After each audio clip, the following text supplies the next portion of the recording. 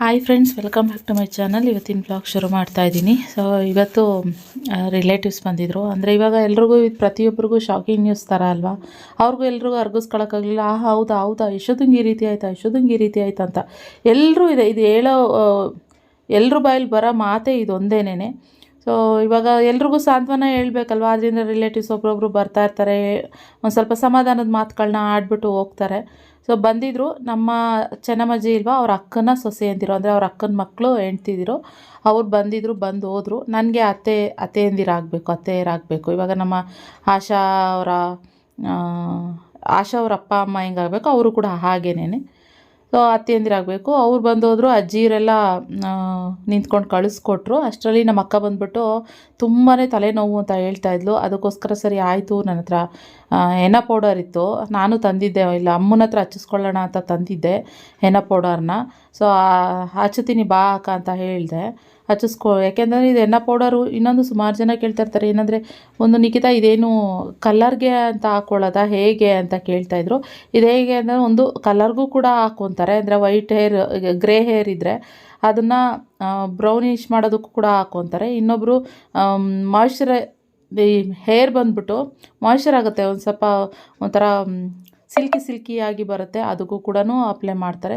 ಒಬ್ರೊಬ್ರು ಒಂದೊಂದು ಥರ. ಸೊ ನೀವು ಆಯಿಲ್ ಅಪ್ಲೈ ಮಾಡಿಬಿಟ್ಟು ಇದನ್ನು ಅಪ್ಲೈ ಮಾಡಿದ್ರೆ ಅದೊಂದು ಸ್ವಲ್ಪ ನಿಮಗೆ ಕಲರ್ ಹಿಡಿಯೋದಿಲ್ಲ. ಎಕ್ಸಸ್ ಆಫ್ ಹೀಟ್ ಇತ್ತು ಅಂತಂದರೆ ಅದೆಲ್ಲ ರಿಲೀಸ್ ಆಗುತ್ತೆ, ಚೆನ್ನಾಗಾಗುತ್ತೆ. ನೀವೇನಾದರೂ ಆಯಿಲ್ ಅಪ್ಲೈ ಮಾಡ್ದಲೇ ಹಾಗೆಯೇ ಡ್ರೈ ಹೇರಲ್ಲಿ ಅಪ್ಲೈ ಮಾಡ್ತಾಯಿದ್ದೀರಾ ಅಂತಂದರೆ ಕಲರ್ ಹಿಡಿಯುತ್ತೆ ಒಂದು ಸ್ವಲ್ಪ. ನಮ್ಮ ಅಕ್ಕ ಸರಿ ನಂಗೊಂದು ಸ್ವಲ್ಪ ಅಪ್ಲೈ ಮಾಡು ಅಂತ ಹೇಳ್ತಾಯಿದ್ಲು. ಆದ್ದರಿಂದ ನಾನೇ ಎಲ್ಲ ಕಲಿಸ್ಬಿಟ್ಟು ಅಕ್ಕಂಗೆ ಅಪ್ಲೈ ಮಾಡ್ತಾ ಕೂತ್ಕೊಂಡಿದ್ದೀನಿ. ಆ್ಯಕ್ಚುಲಿ ಅಕ್ಕನ ಹೇರು ತುಂಬಾ ತಿನ್ನಾಗಿದೆ, ಅದರಿಂದ ನಾನು ಸ್ವಲ್ಪನೇ ಹೆನ್ನ ಪೌಡರ್ನ ಮಿಕ್ಸ್ ಮಾಡ್ಕೊಂಡಿದ್ದೆ. ಇದಕ್ಕೆ ಬೇಕಂತಂದರೆ ಲೆಮನ್ನು, ಇಲ್ಲಾಂತಂದರೆ ಮೊಸರು, ಈ ಥರ ಎಲ್ಲ ಮಿಕ್ಸ್ ಮಾಡ್ಬೋದು. ಅಕ್ಕ ಅಂದ್ರೆ ನಂಗೆ ಸಾಕು ಇದೊಂದೇ ಮಿಕ್ಸ್ ಮಾಡು, ತುಂಬಾ ಹೀಟಾಗಿದೆ ಅಂತ ಹೇಳ್ತಿದ್ಲು. ಸೊ ಆದ್ದರಿಂದ ಸ್ವಲ್ಪನೇ ಮಿಕ್ಸ್ ಮಾಡಿ ಅಪ್ಲೈ ಮಾಡ್ತಾಯಿದ್ದೀನಿ. ಸೊ ನಾನಿವಾಗ ಯೂಸ್ ಮಾಡ್ತಿದ್ರು ಆಲ್ಪ್ಸ್ ಗುಡ್ನೆಸ್ ಅವ್ರ ಪ್ರಾಡಕ್ಟು ಹೆನ್ನ ಪೌಡರು. ಸೊ ಇದೆಲ್ಲ ನ್ಯಾಚುರಲ್ ಇಂಗ್ರೀಡಿಯೆಂಟ್ಸಿಂದ ಮಾಡಿರ್ತಾರೆ, ಅದಕ್ಕೆ ನಂಗೆ ತುಂಬಾ ನನ್ನ ಫೇವ್ರೆಟ್ ಅಂತಲೇ ಹೇಳ್ಬೋದು ಆಲ್ಪ್ಸ್ ಗುಡ್ನೆಸ್ ಪ್ರಾಡಕ್ಟ್ಸ್ಗಳೆಲ್ಲ. ಮತ್ತು ಇನ್ನೊಂದು ಏನಪ್ಪ ಅಂತಂದರೆ ಈ 7th ಏಪ್ರಿಲ್ಗೆ ಬೈ 1 get 1 ಸೇಲ್ ನಡೀತಾ ಇದೆ ಆಲ್ಪ್ಸ್ ಗುಡ್ನೆಸ್ ಪ್ರಾಡಕ್ಟ್ಸ್ ಎಲ್ಲ. ಸೊ ಒಂದ್ಸರಿ ಡಿಸ್ಕ್ರಿಪ್ಷನ್ ಬಾಕ್ಸ್ನಲ್ಲಿ ಲಿಂಕ್ಸ್ ಕೊಟ್ಟಿರ್ತೀನಿ, ನೀವು ಚೆಕ್ ಮಾಡ್ಬೋದು ಫ್ರೆಂಡ್ಸ್, ಯಾಕಂದರೆ ಬೆನಿಫಿಟ್ ಅಲ್ವಾ. ಆದ್ದರಿಂದ ಓಕೆ, ಇವಾಗ ಅಕ್ಕಾಗೆ ಅಪ್ಲೈ ಮಾಡಿದ್ದಾಯಿತು. ಸೊ ಅಪ್ಲೈ ಮಾಡ್ತಾ ಒಂದಷ್ಟು ಕಾಮಿಡಿ ಇರಲಿ ಅಂದ್ಬಿಟ್ಟಾರೆ, ಯಾಕಂದ್ರೆ ಎಲ್ಲರೂ ಮನಸ್ಸಿಗೆ ಬೇಜಾರು, ಎಲ್ಲರೂ ಹಾಗಾಗಿ ಮುಖ ಮುನಿಸ್ಕೊಂಡಂದರೆ ಬೇಜಾರಲ್ಲಿ ಕೂತಿರ್ತಿದ್ರು. ಅದಕ್ಕೆ ಒಂದು ಸ್ವಲ್ಪ ನಗ್ಸೋದಕ್ಕೆ ಪ್ರಯತ್ನ ಪಟ್ಟೆ ನಾನು ಈ ಥರ ಅಪ್ಲೈ ಮಾಡ್ಬೇಕಾದ್ರೆ. ಅದು ಈ ವಿಡಿಯೋ ಎಂಡಲ್ಲಿ ನಾನು ಕೊಟ್ಟಿದ್ದೀನಿ ಕ್ಲಿಪ್ಪಿಂಗ್ಸ್ನ, ಕೊನೆಗೂ ಅಜ್ಜಿನೂ ಕೂಡ ನಗಿಸ್ಬಿಟ್ಟೆ. ಅದೇನು ಅಂತ ಈ ವಿಡಿಯೋ ಎಂಡಲ್ಲಿ ನೋಡಿ. ಏನು ಹುಡುಕ್ತಿದ್ಯಮ್ಮ ಅಷ್ಟೊಂದು? ನಿಂಗೂ ತಲೆನೋವು ಎಷ್ಟು ದಿನದಿಂದ ಐತೆ? ಹೌದಾ, ತೋರಿಸಿಲ್ವಾ ಹಾಸ್ಪಿಟ್ಲಿಗೆ? ಅಲ್ಲೋ ಆಂಟಿ, ಹಿಂಗೆ ಅಂದ್ಕೊಂಡೇನೆ ಆಗಿದ್ದು. ಇದಕ್ಕೆಲ್ಲ ತೋರಿಸ್ಕೊಂಡು ನೆಕ್ಸ್ಟ್ ಟೈಮ್ ಹಾಸ್ಪಿಟ್ಲಿಗೆ ಹೋದಾಗ ಹೇಳ್ರಿ ಅದು. ಹಾಂ,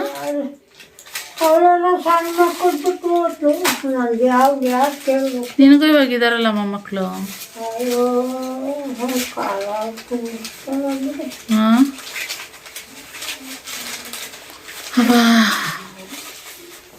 ಯಾವ ಮಾತ್ರೆ ಹೇಳಮ್ಮ, ನಾನು ರೂಢಿ ಕೊಡ್ತೀನಿ. ಇದೆಯಾ ಇಲ್ವಾ? ತಂದೈತ ಮಾಮ, ನೀನು ಮಾತ್ರೆ ಎಲ್ಲ ಮರ್ತು ಬಂದಿದ್ದಲ್ಲಮ್ಮ. ಇಲ್ಲ, ಇದರಲ್ಲಿ ಯಾವ ಮಾತ್ರೆ ತಗೋತಾ ನಿಂಗೆ? ಹಾಂ, ಇವಾಗ ಮಾಮ ತಂದು ಕೊಟ್ಟಿದ್ದಲ್ವ ಇವೆಲ್ಲ ಹೊಸ ಮಾತ್ರೆಗಳು. ಮತ್ತೆ ನೀನು ಮಾತ್ರೆಗಳೇ ತಂದಿಲ್ವಲ್ಲಮ್ಮ, ಮಾತ್ರೆಗಳೇ ತಂದಿಲ್ಲ ನೀನು.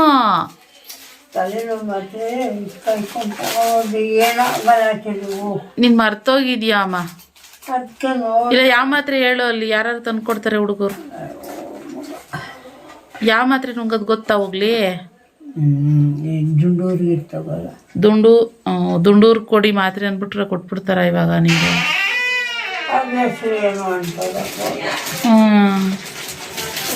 ಕೊಡ್ರಿ, ಕರ್ಕೊಂಡ್ರಿ. ನನ್ನ ಮಗಳು ಮಲ್ಕೊಂಡ್ಲು ಇವಾಗ. ಮಲ್ಕೋತ ಎಲ್ಲರೂ ಒಬ್ರೊಬ್ರೊಬ್ರೊಬ್ರೆ ಫ್ರೆಶಪ್ ಆಯ್ತಾರೆ. ಕಂಡುಬಿಡ್ತೈತೆ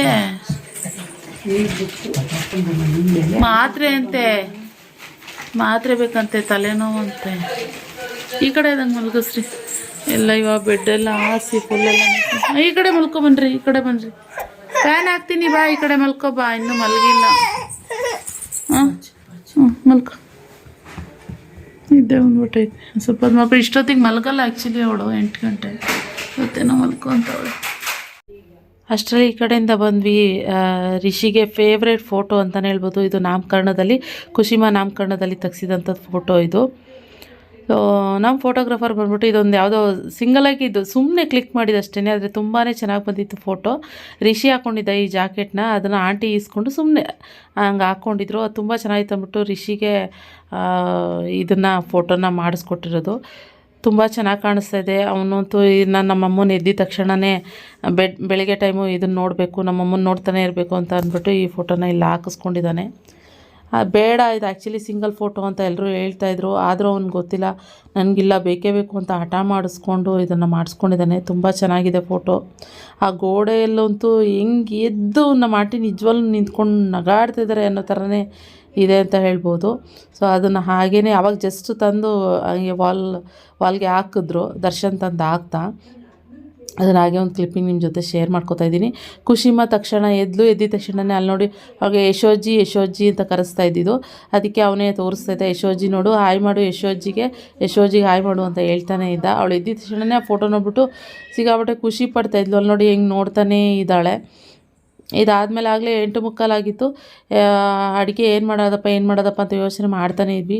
ಸರಿ ಒಂದು ಟೈಮಿಗೆ ಟೊಮೊಟೊ ಸಾರು ಮಾಡಿಬಿಡೋಣ ಅಂದ್ಬಿಟ್ಟು ಟೊಮೊಟೊ ಸಾರು ಮಾಡಿದ್ದು. ಈ ಕಡೆ ಎಲ್ರೂ ಇನ್ನೇನು ಮಾಡೋದು, ಆಂಟಿ ಇದ್ದಿದ್ರೆ ಟಿ ವಿ ನೋಡ್ಕೊಂಡು ಇದು ಮಾಡ್ಕೊಂಡು ಹಂಗೆಲ್ಲ ಕೂತ್ಕೊಂಡು, ಇಲ್ಲ ಆಟೆ ಹೊಡ್ಕೊಂಡು ಟೈಮ್ ಪಾಸ್ ಮಾಡ್ಕೊಂಡು ಕೂತ್ಕೊತಾ ಇದ್ವಿ. ಇಲ್ಲದೇ ಇರೋದಕ್ಕೆ ಇವಾಗೇನೆಂದರೆ ಸುಮ್ಮನೆ ಅಲ್ಲಿ ಇಲ್ಲಿ ಕೂತ್ಕೊತಾರೆ ಬೇಜಾರು ಮಾಡಿಕೊಂಡು. ಇವಾಗ ಮಮ್ಮಿ, ಅಕ್ಕ ಆಗಿರ್ಬೋದು, ದೊಡ್ಡಮ್ಮ ಆಗಿರ್ಬೋದು, ಹಿಂಗೆ 3 ಜನನೂ, ಅಜ್ಜಿ ಎಲ್ಲರೂ ಹಿಂಗೆ ಕೂತ್ಕೊಂಡಿರ್ತಾರೆ. ನಾನು ಈ ಕಡೆಯಿಂದ ಆ ಕಡೆ ನಂದು ಏನಾದ್ರು ಕೆಲಸ ಇದ್ದರೆ ಮಾಡ್ಕೊತಾ ಇರ್ತೀನಿ, ಇಲ್ಲ ಅಂತಂದರೆ ಅವ್ರ ಜೊತೆಗೆ ನಾನು ಹಾಗೇ ಕೂತ್ಕೊಂಡಿರ್ತೀನಿ. ಇವತ್ತೆಲ್ಲ ಒಂದು ಸ್ವಲ್ಪ ಕೆಲಸಗಳೆಲ್ಲ ಆಲ್ಮೋಸ್ಟ್ ಸ್ವಲ್ಪ ಕಂಪ್ಲೀಟ್ ಆಗಿದ್ದಕ್ಕೆ ಎಲ್ಲರೂ ಸ್ವಲ್ಪ ಫ್ರೆಶ್ ಅಪ್ ಆಗಿದ್ದಾರೆ. ಇನ್ನು ಎಲ್ಲರೂ ಕೂತ್ಕೊಂಡು ಈ ಥರ ಊಟ ಮಾಡ್ತೀವಿ. ಸುಮ್ಮನೆ ಆಂಟಿ ಇರುವಾಗಲೂ ಅಷ್ಟೇ ಈ ಥರ ಎಲ್ಲರೂ ಒಟ್ಟಿಗೆ ಕೂತ್ಕೊಂಡು ಕೆಳಗಡೆನೇ ಎಲ್ಲ ಸಾಂಬಾರು ಪಾತ್ರೆ ಆಗಿರ್ಬೋದು, ಅನ್ನದ ಪಾತ್ರೆ ಆಗಿರ್ಬೋದು ಎಲ್ಲ ತೊಗೊಂಬಂದು ಇಟ್ಕೊಂಡು ಹಿಂಗೆ ಎಲ್ಲರೂ ಕೂತ್ಕೊಂಡು ಊಟ ಮಾಡ್ತಾಯಿದ್ದು. ಆಂಟಿ ಇದ್ದಾರೆ ನಮ್ಮ ಜೊತೆಯಲ್ಲಿ ಅನ್ನೋ ಥರನೇ ಎಲ್ಲರೂ ಕೂತ್ಕೊಂಡು ಮತ್ತೆ ಅದೇ ಥರನೇ ಊಟ ಮಾಡ್ತೀವಿ. ಎಲ್ಲರೂ ಸಿಂಗಲಾಗಿ ಎಲ್ಲ ಕೂತ್ಕೊಂಡು ಊಟ ಮಾಡೋದಿಲ್ಲ. ಸೊ ಅದು ನೆನಪಾಗ್ತಾರೆ ಆಂಟಿ. ಇದೆಲ್ಲ ನೀವೇನಾದರೂ ಅನ್ನಿ, ನಮ್ಗೆ ಯಾರಿಗೂ ನಿಜವಾಗ್ಲೂ ಮರೆಯೋದಕ್ಕೆ ಆಗ್ತಾನೇ ಇಲ್ಲ. ಯಾವುದೇ ಒಂದು ಕ್ಷಣ ಆಗಲಿ, ಒಂದೊಂದು ನಿಮಿಷಕ್ಕೂ ಒಂದೊಂದು ಕ್ಷಣಕ್ಕೂ ಆಂಟಿನ ನಾವು ನೆನಪಿಸ್ಕೊತಾನೆ ಇರ್ತೀವಿ. ಆಂಟಿ ಇಲ್ಲಿದ್ದಾರೇನೋ ಅಲ್ಲಿದ್ದಾರೇನೋ ಅಂತ ನೆನಪಾಗ್ತಾನೆ ಇರ್ತೆ. ನನಗಂತೂ ಆ ಫ್ರಿಡ್ಜ್ ಬಾಗಿಲು ಓಪನ್ ಮಾಡಿದ್ರೆ ಆಂಟಿ ಇಲ್ಲೇ ಐತೆ ಅಂತ ಅನಿಸುತ್ತೆ. ಕಿಚನಲ್ಲಿ ನಿಂತಿದ್ರು ಆಂಟಿ ಇಲ್ಲೇ ಇದ್ದಾರೆ ಅಂತ ಅನಿಸುತ್ತೆ.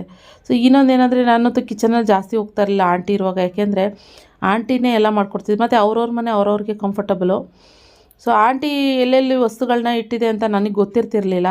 ನಮ್ಮ ಆಂಟಿ ಒಂದು ಸ್ವಲ್ಪ ಪಾತ್ರೆಗಳಾಗಿರ್ಬೋದು, ಏನಿರ್ಬೋದು, ಲಿಮಿಟ್ಟು ಜಾಸ್ತಿ ಇಟ್ಕೊಳ್ಳಲ್ಲ. ಅಷ್ಟೊಂದು ನೋಡಿದ್ರಲ್ಲ ಲಾಸ್ಟ್ ಬ್ಲಾಗ್ಸಲ್ಲಿ ಪಾತ್ರೆಗಳನ್ನೆಲ್ಲ ತುಂಬ ಇಟ್ಕೊಂಡಿದ್ದಾರೆ. ಅದು ಯಾವುದೂ ಕೆಳಗಡೆ ಇಟ್ಕೊಂಡಿಲ್ಲ. ಎಷ್ಟು ಬೇಕೋ ಅಷ್ಟೇ ಪಾತ್ರೆಗಳನ್ನ, ಕಡಿಮೆ ಪಾತ್ರೆಗಳು, ಒಂದು 4-5 ತಟ್ಟೆಗಳು, ಸ್ವಲ್ಪ ಪ್ಲೇಟು, ಒಂದು 10 ಗ್ಲಾಸು, ಈ ಥರ ಮಾತ್ರ ಇಟ್ಕೊಂಡಿದ್ದಾರೆ. ಇನ್ನೆಲ್ಲನೂ ತೆಗೆದು ಸಜ್ಜ ಮೇಲೆ ಇಟ್ಬಿಟ್ಟಿದ್ದಾರೆ. ಆಂಟಿ ಜಾಸ್ತಿ ಯಾವ ಪಾತ್ರೆಗಳು ಇಟ್ಕೊಳ್ಳಲ್ಲ. ಎಷ್ಟೇ ಜನ ಬರಲಿ ಲಿಮಿಟ್ ಪಾತ್ರೆಗಳು ಸಿಂಕಲ್ಲಿ. ನಮ್ಮ ಮನೆಗೆ ಯಾರಾದ್ರು ಜಾಸ್ತಿ ಜನ ಬಂದುಬಿಟ್ರೆ ಅಷ್ಟೊಂದು ಪಾತ್ರೆಗಳಾಗಿರುತ್ತೆ, ಅಷ್ಟೊಂದು ಕೆಲಸ ಇರುತ್ತೆ. ಎಷ್ಟು ಕೆಲಸ ಇದೆಯಪ್ಪ ಅನ್ನೋ ಥರ ಅನಿಸಿರುತ್ತೆ. ನಮ್ಮ ಆಂಟಿ ಹಂಗಲ್ಲ. ನಮ್ಮ ಆಂಟಿಗೆ ಯಾವಾಗಲೂ ಹೇಳ್ತಾನೆ ಇರ್ತಿದ್ದೆ, ಆಂಟಿ ಹೆಂಗೆ ಆಂಟಿ ನೀನು ನಮ್ಮ ಮನೆಯಲ್ಲಿ ಎಷ್ಟೇ ಜನ ಸೇರಿದ್ರು ಇಷ್ಟೊಂದು ಪಾತ್ರೆಗಳಿರುತ್ತೆ ತೊಳೆಯೋದಕ್ಕೆ, ಎಷ್ಟು ಕೆಲಸಗಳಿರುತ್ತೆ. ಆದರೆ ನೀನು ಎಷ್ಟೇ ಜನ ಬರಲಿ ಅಷ್ಟೇ ಪಾತ್ರೆಗಳಿರುತ್ತೆ, ನೀವು ಇಬ್ಬರೇ ಇದ್ರೂ ಅಷ್ಟೇ ಪಾತ್ರೆಗಳು, ಹೆಂಗಂಟಿ ಇದೆಲ್ಲ ಸಾಧ್ಯ ಅಂತ ನಾನು ಯಾವಾಗಲೂ ನಮ್ಮ ಆಂಟಿ ಕೇಳ್ತಾ ಇರ್ತಿದ್ದೆ. ನಮ್ಮ ಆಂಟಿ ನಗೋರು ಅಷ್ಟೇನೆ. ಇವಾಗ ಬಂದು ನಾನು ಇವತ್ತು ಏನು ಗೊತ್ತಾ, ಒಬ್ರೊಬ್ರು ಒಂದೊಂದು ದಿನ ಅಡುಗೆ ಕೆಲಸ ಆಗಿರ್ಬೋದು, ಯಾವುದೇ ಕೆಲಸ ಆಗಲಿ ಒಬ್ರೊಬ್ರು ಒಂದೊಂದು ದಿನ ಮಾಡ್ಕೋತೀವಿ. ಇವಾಗ ಹಿಂದಿನ ದಿನ ಅಕ್ಕ ಬಸ್ಸಾರು ಆ ಥರ ಎಲ್ಲ ಮಾಡಿದ್ಲು, ಅಮ್ಮ ರಾತ್ರಿ ಟೊಮೊಟೊ ಸಾರು ಮಾಡಿದರು. ಇದ್ರ ನೆಕ್ಸ್ಟ್ ದಿನ ನಾನು ಬೆಳಗ್ಗೆ ತಿಂಡಿ ಚಪಾತಿ ಮತ್ತು ಆಲೂಗೆಡ್ಡೆ ಪಲ್ಯಕ್ಕೆ ರೆಡಿ ಮಾಡ್ತಾಯಿದ್ದೀನಿ. ಸೊ ಜೊತೆ ಮಧ್ಯಾಹ್ನ ನುಗ್ಗೆಕಾಯಿ ಸಾರು ಮಾಡೋಣ, ಆ ದಂಟಿಂದು ಕಡ್ಡಿ ಇತ್ತು ಅದು, ಮತ್ತು ನುಗ್ಗೆಕಾಯಿ ಹಾಕಿ ಆಲೂಗೆಡ್ಡೆ ಹಾಕಿ ಸಾರು ಮಾಡೋಣ ಅಂತ ನಾನು ರೆಡಿ ಮಾಡ್ತಾಯಿದ್ದೀನಿ. ಸೊ ಈ ಕಡೆ ಬಂದ್ಬಿಟ್ಟು ಹೊರಗಡೆ ಈ ಶೂ ಸ್ಟ್ಯಾಂಡ್ ಟೈಪ್ ಮಾಡಿಸಿದ ರಿಷಿ ಅಂತ ತೋರಿಸಿದ್ದೆ ಅಲ್ಲ, ಅದನ್ನೆಲ್ಲ ಅವ್ರ ಅಣ್ಣನ ಶೂಸ್ಗಳನ್ನ ಎಲ್ಲ ಜೋಡಿಸಿ ತೆಗೆದು ಮೇಲಿಟ್ಬಿಟ್ಟ ತೊಗೊಂಡೋಗಿ ಮೇಲ್ಗಡೆ ಮನೆಯಲ್ಲಿ. ಸೊ ಇನ್ನು ಮಿಕ್ಕಿದ್ದು ಡೈಲಿ ಶೂಸ್ಗಳಾಗಿರ್ಬೋದು, ಮತ್ತು ತೆಂಗಿನಕಾಯಿಗಳೆಲ್ಲ ಏನೇನಿರ್ತವೆ ಅದೆಲ್ಲ ತೆಗೆದು ಅಲ್ಲೆಲ್ಲ ಹಾಗಾಗಿ ಇದ್ವು, ಅದನ್ನೆಲ್ಲ ರಿಷಿ ಮತ್ತು ದರ್ಶನ್ ಸೇರಿಕೊಂಡು ಕ್ಲೀನ್ ಮಾಡ್ತಾ ಇದ್ದಾರೆ.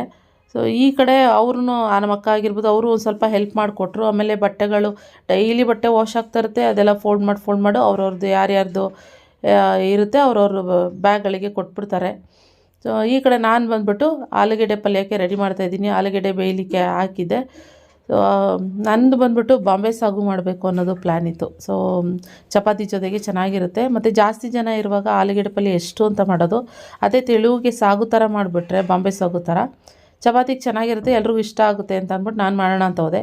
ಆದರೆ ಶುಂಠಿನೇ ಸಿಗಲಿಲ್ಲ, ಶುಂಠಿ ಖಾಲಿ ಆಗಿಬಿಟ್ಟಿತ್ತು. ಅಂದರೆ ಇಷ್ಟು ದಿನ ಯಾರೂ ಅದ್ರ ಬಗ್ಗೆ ಜಾಸ್ತಿ ಸಾಮಾನು ಅದಿಲ್ಲ ಇದಿಲ್ಲ ಅಂತ ಯಾರೂ ತಲೆ ಕೆಡ್ಸ್ಕೊತಿಲ್ಲ, ಇದ್ದಿದ್ದನ್ನಲ್ಲೇ ಮಾಡಿಬಿಟ್ಟು ಎಲ್ಲರೂ ಊಟ ಮಾಡ್ತಾಯಿದ್ದೀವಿ.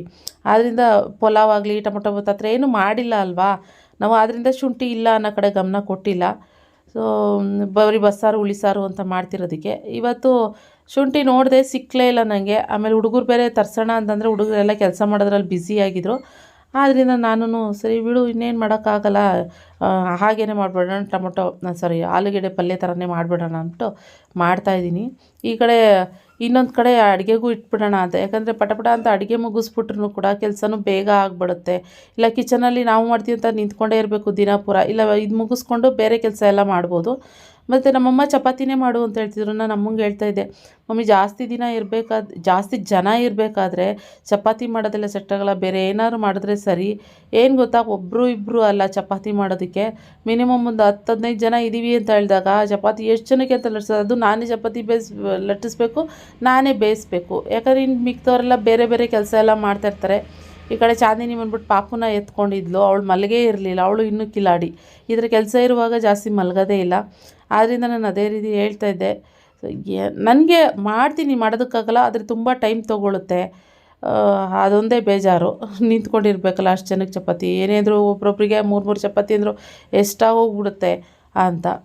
ಸರಿ ಅಂದ್ಬಿಟ್ಟು ನಾನು ಕೂಡ ಇವಾಗ ಆಲೂಗೆಡ್ಡೆ ಪಲ್ಯ ರೆಡಿ ಆಯಿತು. ಸೊ ಸಿಂಪಲ್ಲಾಗಿ ಮಾಡ್ತೀನಿ. ಇದೆಲ್ಲ ಸ್ವಲ್ಪ ಎಣ್ಣೆ ಹಾಕಿ ಕಡಲೆಬೇಳೆ ಸಾಸಿವೆ ಹಾಕ್ಬಿಟ್ಟು ಈರುಳ್ಳಿ ಒಗ್ಗರಣೆ ಹಾಕಿ ಅದಕ್ಕೆ ಅರಿಶಿನ ಉಪ್ಪು ಮತ್ತು ಹಸಿಮೆಣ್ಸಿನ್ಕಾಯಿ ಹಾಕಿದ್ದೀನಿ. ಈ ಕಡೆ ಆಲೂಗೆಡ್ಡೆ ಮತ್ತು ಕೊತ್ತಂಬರಿ ಸೊಪ್ಪು, ಕಾಯಿ ತುರಿ ಎಲ್ಲ ಏನು ಹಾಕಿಲ್ಲ, ಬೇಕಂತಂದರೆ ಹಾಕೋಬೋದು, ನಾನೇನು ಹಾಕೋದಿಲ್ಲ. ಸೊ ಹೋಟೆಲಲ್ಲೂ ಕೂಡ ಇದೇ ಥರನೇ ಮಾಡ್ತಾಯಿದ್ದು ನಾನು, ಆದ್ದರಿಂದ ಸಿಂಪಲ್ಲಾಗಿ ಇವಾಗ ಆಲೂಗೆಡ್ಡೆ ಪಲ್ಯ ಕೂಡ ಮಾಡಿದೆ.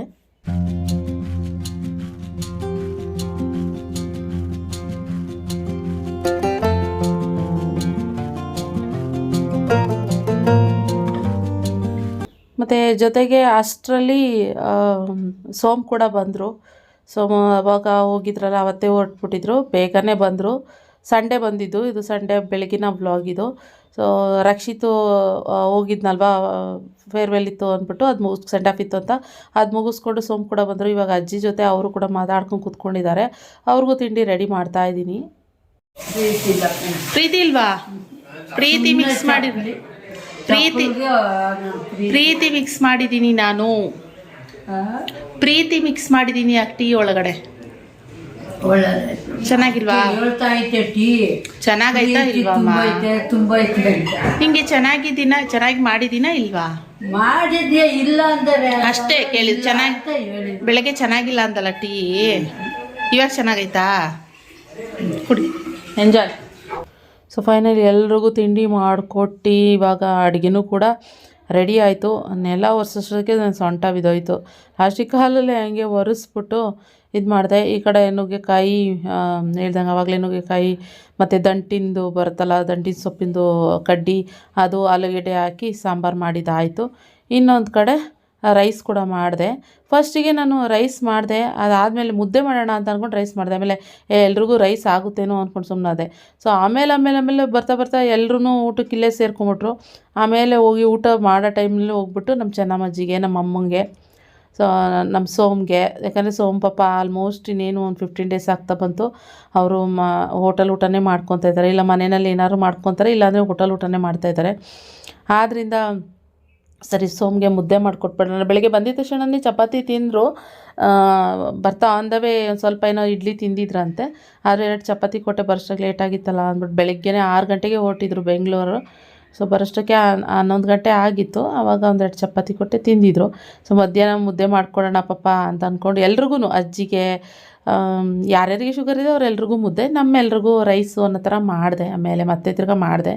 ಸೊ ಬೇಡ ಅಂತ ಸ್ಟಾರ್ಟಿಂಗ್ ಅಂದ್ಕೊಂಡಿದ್ದು, ಆಮೇಲೆ ಮತ್ತೆ ಮಾಡಿದ್ದಾಯಿತು. ಚೆನ್ನಾಗಿತ್ತು, ಎಲ್ಲರೂ ಸಾಂಬಾರು ಚೆನ್ನಾಗಿದೆ ಅಂದ್ಕೊಂಡು. ಇವತ್ತು ನಾನು ಮಾಡಿದ್ದೀನಿ ಎಲ್ಲ, ಅಂದರೆ ತಿಂಡಿ ಮತ್ತು ಅಡುಗೆ ನೈಟ್ಗೂ ಸೇರಿ ಅಡುಗೆ ಮಾಡಿರೋದು ಇವಾಗ. ಸೊ ಯಾಕಂದರೆ ನಾವು ಮಾಡ್ತೀವಿ ಅಂದ್ಬಿಟ್ಟು ಒಂದೊಂದು ಹೊತ್ತಿಗೂ ಒಂದೊಂದು ಮಾಡ್ಕೊಂಡು ಕೂತ್ಕೊಂಡಿರೋಕ್ಕಾಗೋದಿಲ್ಲ. ಯಾಕೆಂದರೆ ಇದು ಸುಖದ ಮನೆ ಅಲ್ಲ, ದುಃಖದ ಮನೆ. ಆದ್ದರಿಂದ ನಾವು ತಿನ್ನೋದ್ರಲ್ಲೇ ಹೆಚ್ಚಿನ ಪ್ರಾಮುಖ್ಯತೆ ಕೊಡ್ತಾ ಕೂತ್ಕೊಳ್ಳೋಕ್ಕಾಗಲ್ಲ ಅಂದ್ಬಿಟ್ಟು ನಾನು ಈ ಥರ ಮಾಡಿಬಿಡ್ತೀವಿ. ನೈಟ್ಗೆ ಬೇಕಿದ್ರೆ ಸಾರು ಮಿಕ್ಕಿದ್ರೆ ಸರಿ, ಇಲ್ಲ ಅಂತಂದರೆ ಇನ್ನೊಂದು ಸ್ವಲ್ಪ ಏನಾದರೂ ಒಂದು ಟೈಮಿಗೆ ಆಗೋಷ್ಟು ಮಾಡಿಕೊಂಡ್ರೆ ಮುಗ್ದೋಯ್ತು. ಇವತ್ತು ಫುಲ್ ಅಡುಗೆ ಡಿಪಾರ್ಟ್ಮೆಂಟ್ ನಂದು. ಇನ್ನು ನಾಳೆ ನಾನೇನಾದರೂ ಎದ್ದೇಳೋದು ಒಂದು ಸ್ವಲ್ಪ, ನಾನು ಬೆಳಗ್ಗೆ ಒಂದು ಸ್ವಲ್ಪ ಲೇಟಾಗಿ ಎದ್ದೇಳ್ತೀನಿ, ನೈಟ್ ಒಂದು ಸ್ವಲ್ಪ ಮಲಗೋದು ಲೇಟ್ ಆಗುತ್ತೆ, ಅದಕ್ಕೋಸ್ಕರ. ಆದ್ದರಿಂದ ಆ ಅಕ್ಕ ಏನಾದರೂ ಇನ್ನೊಂದು ದಿನ ಅಕ್ಕ ತಿಂಡಿ ರೆಡಿ ಮಾಡ್ತಾಳೆ, ಅಡುಗೆನೂ ಕೂಡ ಆಮೇಲೆ ಯಾರು ಮಾಡೋದು ಯಾರು ಬಿಡೋದು ನೋಡಿಕೊಂಡು ಇದು ಮಾಡ್ತೀವಿ. ಅಷ್ಟರಲ್ಲಿ ಇವಾಗ ಈ ಕಡೆ ಎಲ್ಲ ಕ್ಲೀನ್ ಮಾಡ್ತಾಯಿದ್ರಲ್ವ, ಸೊ ಕ್ಲೀನ್ ಮಾಡ್ತಿದ್ದ ಹಾಗೆ ನೋಡಿಕೊಂಡು ನಿಂತ್ಕೊಂಡಿದ್ವಿ. ಚಾಂದಿನಿ ಕೂಡ ಇವತ್ತು ಊರಿಗೆ ಹೋಗಬೇಕು ಅಂತ ಹೇಳ್ತಿದ್ಲು. ಯಾಕಂದರೆ ಅವಳು ಜಾಸ್ತಿ ಬಟ್ಟೆಗಳನ್ನ ತಂದಿಲ್ಲ ಅಕ್ಕ, ನಾನು ಹೋಗ್ಬಿಟ್ಟು ಬರ್ತೀನಿ ಅಂತ. ಯಾಕಂದರೆ ಪಾಪ ಅವಳು ಅವಾಗ ತಾನೇ ಕೆಲಸದ್ದೆಲ್ಲ ಮುಗಿಸ್ಕೊಂಡು ಬಂದಿದ್ಲು. ಆದ್ದರಿಂದ ಅವಳು ದಿಢೀರಂತ ಹಿಂಗೆ ಆಗಿದ್ದಕ್ಕೆ ಬಂದಿದ್ದು. ಸೊ ನಾನು ಹೋಗ್ಬಿಟ್ಟು ಮತ್ತೆ ವಾಪಸ್ ಬರ್ತೀನಿ ರಂಗನಹಳ್ಳಿಗೆ ಅಂತ ಹೇಳ್ತಾಯಿದ್ಲು. ಸರಿ ಏನೋ ಮಾಡ್ರವ ಅಂತ ಹೇಳಿದ್ರು. ಸೋಮ್ ಬಂದಿದ್ರಲ್ಲ, ಸೋಮ್ ಹತ್ರ ಒಂದು ಸ್ವಲ್ಪ ಆವತ್ತು ಸೋಮ್ ಜೊತೆ ಮಾತಾಡೋಕ್ಕಾಗಿರಲಿಲ್ಲ ಇದರಿಂದ ದಿನ. ಆದ್ದರಿಂದ ದೊಡ್ಡಮ್ಮವ್ರು ಅವತ್ತೆಲ್ಲ ಏನಾಯಿತು, ಏನು ಕತೆ, ಹಾಸ್ಪಿಟಲಲ್ಲಿ ಏನೇನಾಯಿತು ಅನ್ನೋದೊಂದು ಸ್ವಲ್ಪ ಎಕ್ಸ್ಪ್ಲೇನ್ ಮಾಡಿ ಹೇಳ್ತಾಯಿದ್ರು. ಸೋಮೋಸು ಅನ್ಯಾಯ ಸಾವಪ್ಪ ಅಂದ್ಬಿಟ್ಟು ಎಲ್ಲರೂ ಹಂಗೆ ಕೂತ್ಕೊಂಡಿದ್ರು. ನೆಕ್ಸ್ಟ್ ಮತ್ತೆ ಊಟಕ್ಕೂ ನೋಡಿ ಅದೇ ಥರನೇ ಸೇಮ್, ಎಲ್ಲರೂ ಬೆಳಗ್ಗೆ ಇಲ್ಲೇ ಮಧ್ಯಾಹ್ನ ಊಟಕ್ಕೆಲ್ಲರೂ ಮತ್ತೆ ಅದೇ ಥರನೇ ಕೂತ್ಕೊಂಡಿದ್ದೀವಿ. ನನಗೆ ಅವಾಗ ಅದೇ ರೈಸ್ ಇಲ್ಲ ಅಂತ ಅನ್ನಿಸ್ತು, ಅವಾಗ ರೈಸ್ ಕಮ್ಮಿ ಇದೆ ಅಂತ ಅನ್ನಿಸ್ತು. ಅವಾಗ ಓಡೋಗಿ ಒಂದು 4 ಮುದ್ದೆ ಆಗೋಷ್ಟು ಮಾತ್ರ ಮಾಡಿದೆ. ನನಗೆ ನಮ್ಮ ಮನೆಯಲ್ಲಿ ಬಾಣಲಿಲಿ ಮಾಡಿ ಅಭ್ಯಾಸ. ಆಂಟಿ ಒಂದು ಚಿಕ್ಕ ಪಾತ್ರೆ ಇಟ್ಕೊಂಡಿದ್ರು, ಅದರಲ್ಲಿ ಮಾಡ್ತಾರೆ. ನನಗೆ ಬಾಣಲಿಲಿ ಮಾಡಿ ಅಭ್ಯಾಸ. ನಮ್ಮ ಅಕ್ಕನೂ ಕೂಡ ಅಷ್ಟೇ, ಅವಳು ಬಾಣಲಿಲೇ ಮಾಡ್ತಾಳೆ. ನನಗೆ ಮುದ್ದೆ ಕೋಲು ಸಿಕ್ಕಲಿಲ್ಲ. ನಂಗೆ ಮುದ್ದೆ ಕೋಲು ಪುಟ್ಟಾಣಿದು ಇದೇ ಥರದ್ದು ನಮ್ಮ ಮನೇಲಿ ಮುದ್ದೆ ಕೋಲಿದೆ, ಕೋಲ್ ಥರನೇ, ಅದರಲ್ಲಿ ತಿರುವಿ ಅಭ್ಯಾಸ. ಸೊ ಇನ್ನೊಂದು ನಮ್ಮ ಸೋಮ್ ಬಂದ್ಬಿಟ್ಟು ಇದು ನುಗ್ಗೆಕಾಯಿ ಸಾಂಬಾರು ಅದೆಲ್ಲ ಜಾಸ್ತಿ ತಿನ್ನಲ್ಲ. ಸಾರು ತಿಂದರೂ ಆ ನುಗ್ಗೆಕಾಯ್ದೆಲ್ಲ ತಿನ್ನಲ್ಲ. ಯಾಕೆ ಅಂತಂದರೆ ಏನಾದರೂ ತಲೆನೋವು ಹತ್ರ ಇದ್ದರೆ ಯಾವ್ದಾದ್ರು ಒಂದು ಹಣ್ಣು ತರಕಾರಿ ಯಾವ್ದಾದ್ರು ಒಂದು ನಾವು ಪರ್ಮನೆಂಟಾಗಿ ತಿನ್ನಲ್ಲ ಅಂತ ಹೇಳ್ಕೊಂಡು ಬಿಡಬೇಕು ಅಂತ ಹೇಳ್ತಾರೆ. ಆದ್ದರಿಂದ ಅವರು ಸೋಮ್ ಇದು ತಿನ್ನಲ್ಲ ಅಂತ ಹೇಳ್ಕೊಂಡು ಬಿಟ್ಟಿದ್ರು. ನಾನು ಪಪ್ಪಾಯ ತಿನ್ನಲ್ಲ ಅಂತ ಹೇಳ್ಕೊಂಡು ಬಿಟ್ಟಿದ್ದೆ. ಆದರೆ ತಲೆನೋವು ಏನು ಬರೋದು ನಿಲ್ಲ, ಅದಕ್ಕೋಸ್ಕರ ನಾನು ಮತ್ತೆ ಪಪ್ಪಾಯ ತಿನ್ನೋದು ಶುರು ಮಾಡ್ಕೊಂಡ್ಬಿಟ್ಟೆ.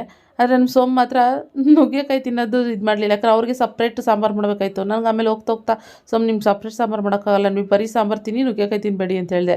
ಏನಿಲ್ಲ, ಎಳಿಯಲ್ಲ ಮಗಳಗಣ್ಣ ಅಂತಾರಲ್ಲ, ಹಂಗೆ ಯಾವ ತಿಂದರೂ ಅದೇನೆ. ಆದ್ರೂ ನಾನು ಮಾತ್ರ ಮಾಡೋಕ್ಕೆ ಸೋಂಬೇರಿತನ ಮಾಡಿಕೊಂಡು ಇದು ಮಾಡ್ತಾಯಿದ್ದೆ. ಆಮೇಲೆ ಸರಿ ಅಂದ್ಬಿಟ್ಟು ಸೋಮ್ಗೆ ಸೌತೆಕಾಯಿ ಕಟ್ ಮಾಡಿಕೊಟ್ವಿ. ಸಾಂಬಾರು ಚೆನ್ನಾಗಿದೆ ಅಂತ ಎಲ್ಲರೂ ಊಟ ಮಾಡಿದ್ದಾಯಿತು.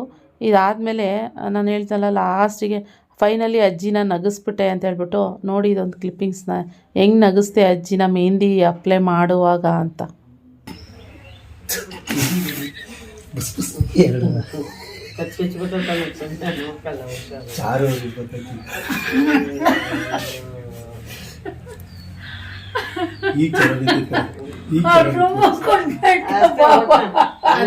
ನಮ್ಮಮ್ಮ ನಗಿಸ್ಬಿಟ್ಟೆ ನಮ್ಮಮ್ಮ ನಗಿಸಿದ್ದು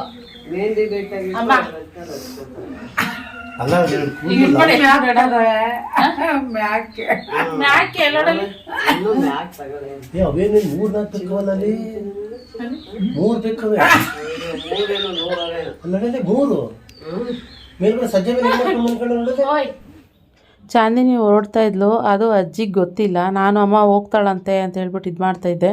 ಅದಕ್ಕೆ ಅಜ್ಜಿ ನೋಡಿ ಹೋಗ್ಬೇಡ ಅಂದ್ಬಿಟ್ಟು ಅವಳಿಗೆ ಹೆಂಗೆ ಮಾತಾಡ್ತಾ ಇದ್ದಾರೆ ಅಂತ.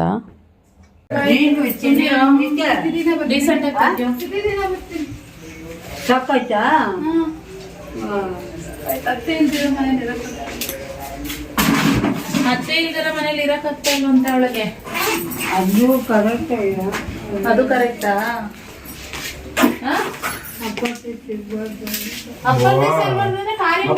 ಎಲ್ಲರೂ ಹೋಗ್ಬಿಡ್ರಿ, ಮತ್ತೆ ಯಾರು ಬಿಡ್ರಿ ಎಲ್ಲ ಇವತ್ತೇ ನಾಲ್ಕೇ ದಿವಸ ಇರೋದು.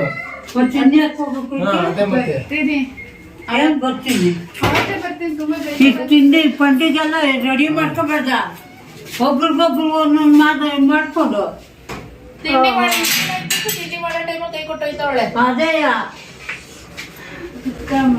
ಬೇಡ ಬಾ, ಬೇಡ ಬರಪ್ಪ, ಬೇಡವಾ?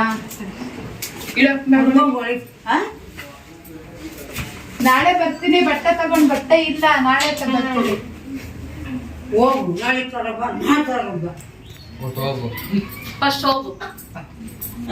ನಾನು ಹೇಳಿದ್ರು ಹೋಗೋಳಿಗೆ ಹೋಗು.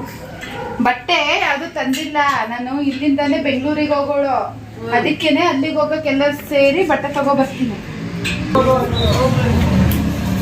ಹೋಗ್ಬರ್ತೀರ ಮಕ್ಕಳ?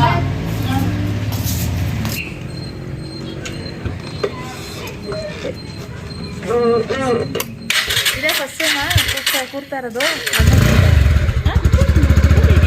ಈ ಗಾಡೀಲಿ. ಹೌದಾ?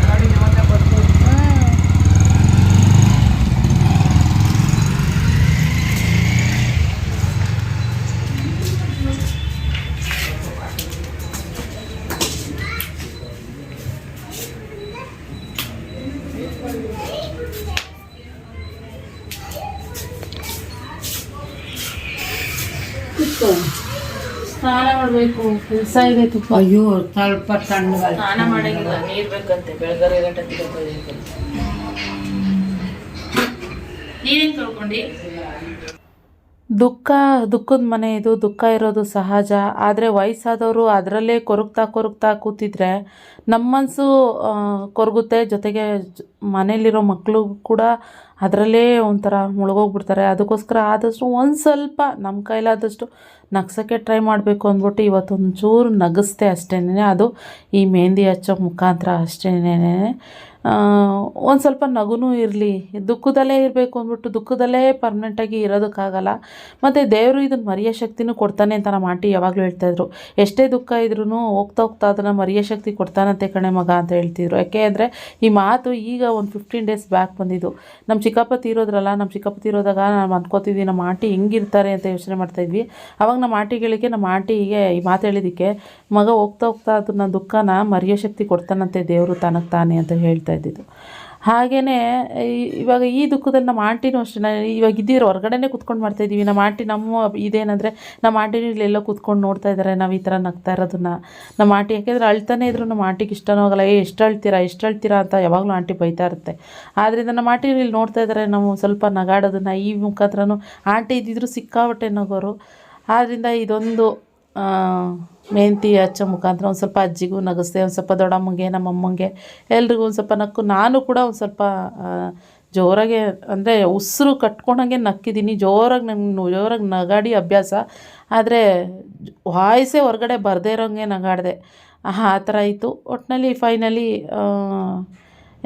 ಹೀಗಿತ್ತು ಫ್ರೆಂಡ್ಸ್. ಏನೋ ಒಂದು ಸ್ವಲ್ಪ ಎಲ್ರಿಗೂ ನಗಿಸ್ದೆ ಅನ್ನೋದೊಂಥರ ಅನ್ನಿಸ್ತು. ಏನೋ ನಮಗಿದೇ ಒಂಥರ ಖುಷಿ ಅನ್ನೋ ಥರ ಅನ್ನಿಸ್ತಾ ಇತ್ತು ಇದು ಮಾಡೋದ್ರಲ್ಲಿ. ಓಕೆ, ಇವತ್ತಿನ ವ್ಲಾಗ್ನೂ ಕೂಡ ನಾನು ಇಲ್ಲಿಗೆ ಎಂಡ್ ಮಾಡ್ತೀನಿ. ಇದೊಂದು ಸ್ವಲ್ಪ ಕ್ಲಿಪ್ಪಿಂಗ್ಸ್ ನಿನ್ನೆಯಿಂದ ಇವತ್ತಿನವರೆಗೂ ಒಂದು ಸ್ವಲ್ಪ ಆದಂಥ ಕ್ಲಿಪ್ಪಿಂಗ್ಸ್ನ ನಿಮ್ಮ ಜೊತೆ ಶೇರ್ ಮಾಡ್ಕೊಂಡಿದ್ದೀನಿ. ಮತ್ತು ನಾನು ನೆಕ್ಸ್ಟ್ ವ್ಲಾಗ್ನಲ್ಲಿ ಸಿಗ್ತೀನಿ. ಇವತ್ತಿನ ವ್ಲಾಗ್ ಇಷ್ಟ ಆಗಿರೋ ಲೈಕ್, ಶೇರ್, ಕಮೆಂಟ್. ಓಕೆನಾ? ಮತ್ತು ನೆಕ್ಸ್ಟ್ ವ್ಲಾಗ್ನಲ್ಲಿ ಸಿಗ್ತೀವಿ. Thank you for watching. Bye.